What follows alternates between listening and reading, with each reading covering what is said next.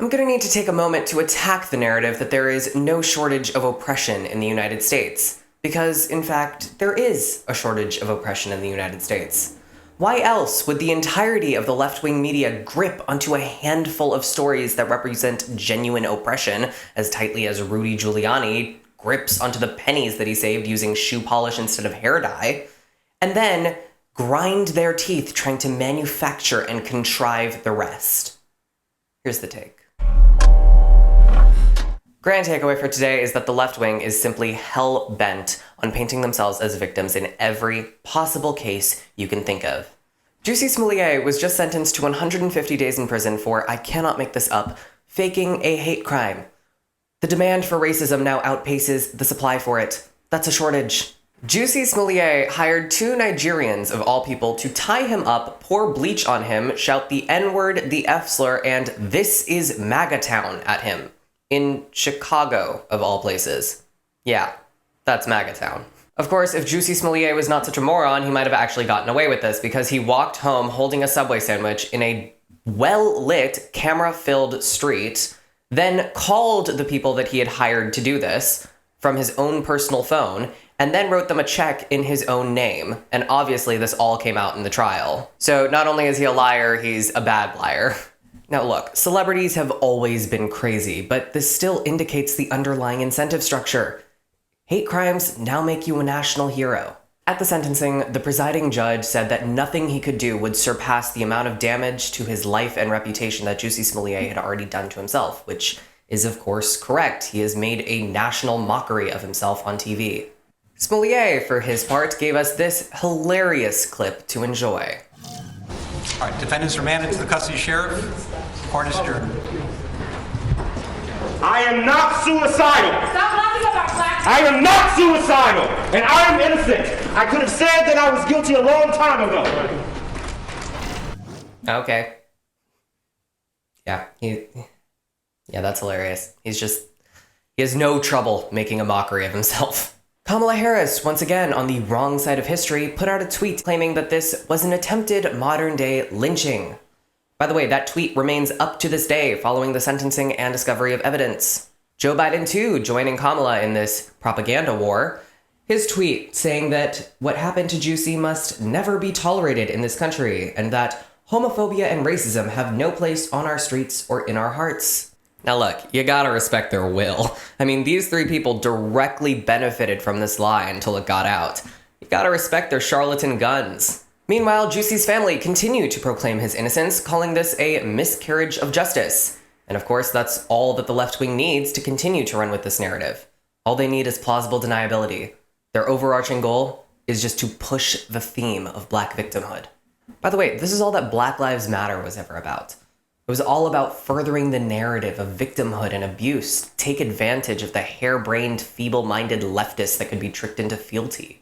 Kyle Rittenhouse, for example, was rightfully acquitted, and yet the left-wing media continued to run with the narrative that he was a militiaman wannabe, a vigilante, a white supremacist, all until the Media Accountability Project threatened to sue them for defamation when those clips mysteriously disappeared from YouTube. So now what does the media do? They've got an exposed lie on one hand, a threatening lawsuit on the other, and they still need stories to further their ever-selling theme of victimhood.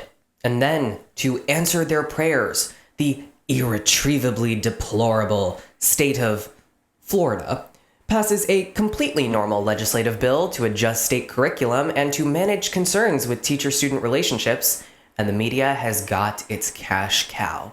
Out comes the hundreds of headlines over Florida's Don't Say Gay bill. By the way, that bill was drafted in response to a Florida state lawsuit. Child and Parental Rights Campaign v. Clay County Schools, filed on behalf of Wendell and Maria Perez. Newsmax writes, Clay County District Schools hid their daughter's mental health and gender identity issues for months, and that the school informed them only after their daughter twice attempted suicide in a school restroom. They continue, writing, the lawsuit alleges that the school invoked confidentiality rules to keep meetings about the Perez's daughter's gender identity from them. Let that sink in for a second. A school hid knowledge about a child's mental health concerns from parents, provided psychological counseling without parental consent, and let the student attempt suicide not once, but twice on school property, before finally telling the parents about the whole thing. Florida schools are actively trying to push parents out of their children's lives.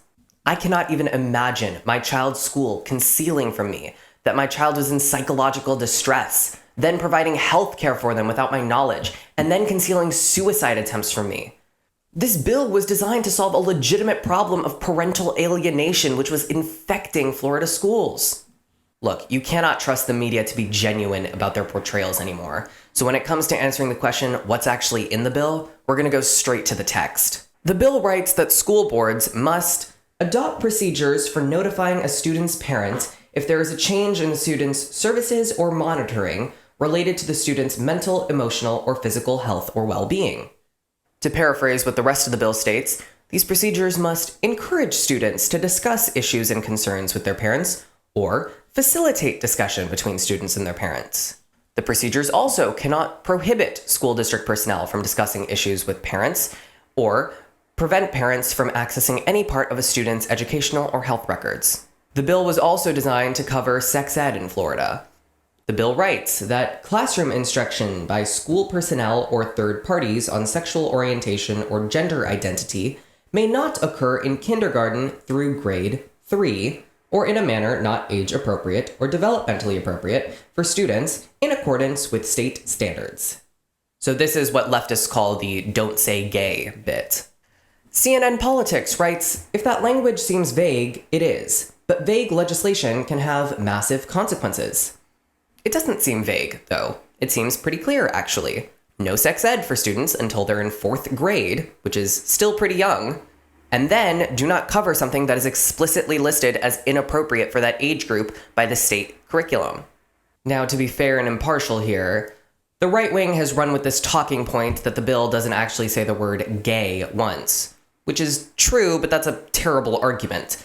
Executive Order 9066 didn't say the word Japanese once, but no historian worth their salt would argue that it wasn't the enabling statute for Japanese internment. Besides, we don't need that argument. The facts themselves discredit the media on this one.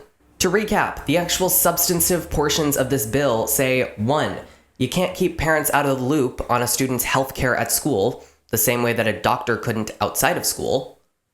2, you can't teach kindergartners about gender theory. And 3, you can't force teachers to not tell parents about something that students say. The only way that you could actually oppose this bill is by supporting parental alienation across the board. And that is exactly what the left wing is doing. Their claim is basically that all parents are abusive, and therefore schools should take on the role of being pseudo-parents and simultaneously encourage kids to keep secrets from their parents and push away from them. This is an attack on families.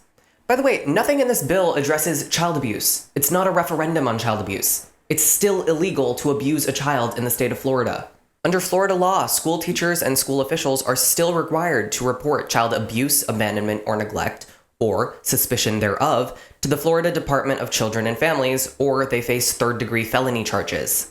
You can't start with the assumption that all parents are abusive until proven otherwise.